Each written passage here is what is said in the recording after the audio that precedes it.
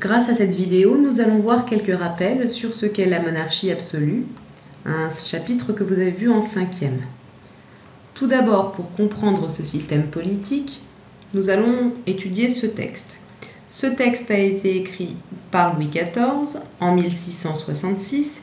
Il est tiré des Mémoires pour l'éducation du dauphin, c'est-à-dire un texte qu'il écrit pour son successeur. Dans ce texte, il explique le système politique. La première phrase, c'est à la tête seulement qu'il appartient de délibérer, est particulièrement importante.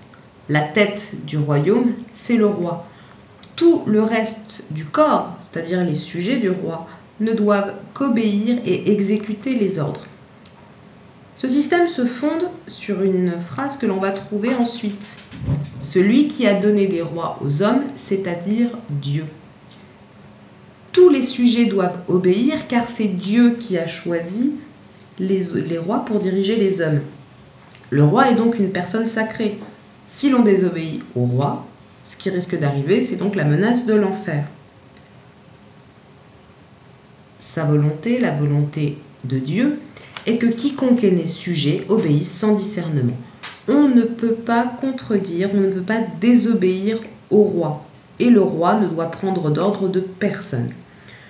Il a donc tous les droits, à savoir qu'il doit tout de même respecter un petit nombre de lois fondamentales. Il ne peut pas vendre son royaume, il ne peut pas choisir qui va lui succéder et il doit être catholique. Voilà, ça fait partie des quelques lois qu'il doit absolument respecter. Mais sinon, il a tous les pouvoirs. Le roi qui va le mieux mettre en scène cette monarchie absolue, c'est sans aucun doute Louis XIV. Une des images très célèbres, c'est ce tableau. Louis XIV, peint par Hyacinthe Rigaud en 1701, Louis XIV en tenue de sacre. Dans ce tableau, Louis XIV a demandé que l'on représente les objets qui montrent les pouvoirs du roi.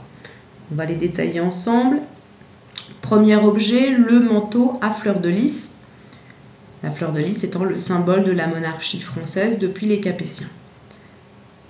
Autre objet, la couronne fermée qui montre que le roi dirige tout son royaume et qu'il a tout le pouvoir sur son royaume. Le sceptre montre que le roi a été choisi par Dieu pour guider son peuple en lui donnant des lois.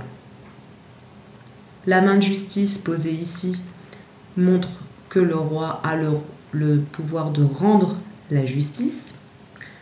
Un autre objet, le collier de l'ordre du Saint-Esprit montre que le roi protège la religion. Ce n'est pas réellement un pouvoir, mais ça montre son importance. Un dernier objet que je veux pointer, c'est celui-ci, c'est l'épée. L'épée, c'est bien sûr le pouvoir militaire.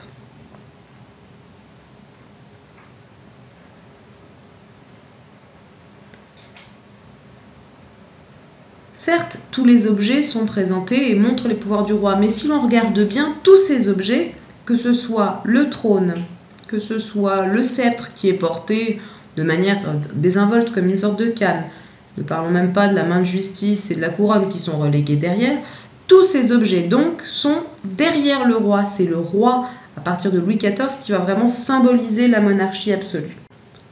Un dernier support pour vous faire comprendre ce qu'est la monarchie absolue. C'est un extrait du film Le Roi danse, où le roi fait un discours en 1661 suite à la mort de son premier ministre Mazarin. Je vous laisse le découvrir.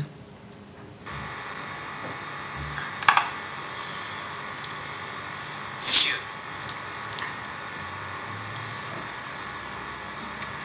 Madame, aujourd'hui la face du théâtre change. Jusqu'à ce jour, j'ai laissé gouverner mes affaires par mes ministres, sous la direction de feu le cardinal Mazarin. Désormais, je régnerai seul. Je gouvernerai par moi-même.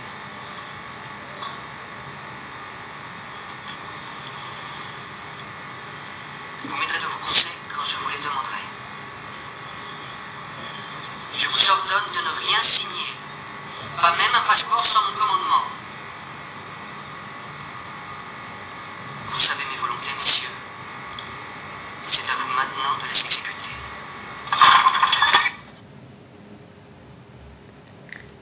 Comme vous l'avez entendu dans la vidéo, à partir de 1661, Louis XIV décide de gouverner seul. Le rôle des ministres n'est plus que d'aider et d'obéir, comme les autres sujets. Pour réussir cela, le roi, pour gouverner son royaume, va mettre en place des intendants dans le domaine de la justice, de la police et des finances qui vont faire appliquer ces lois, ces édits, sur tout le royaume. Par là même, il confisque le pouvoir qui était celui des seigneurs, des nobles. Ce que l'on voit aussi sur ce schéma, c'est que le roi nomme les évêques et les abbés. Cela veut dire que le roi veut un contrôle sur la religion. Pour conclure sur ce qu'est la monarchie absolue, on doit en garder que c'est un système politique où le roi a tous les pouvoirs, où il n'est limité par rien ni personne et où il gouverne seul. Alors j'ai beaucoup pris Louis XIV parce que c'est sans doute le meilleur exemple. Nous ne retravaillerons pas sur Louis XIV dans ce cours, mais sur les rois qui lui ont succédé.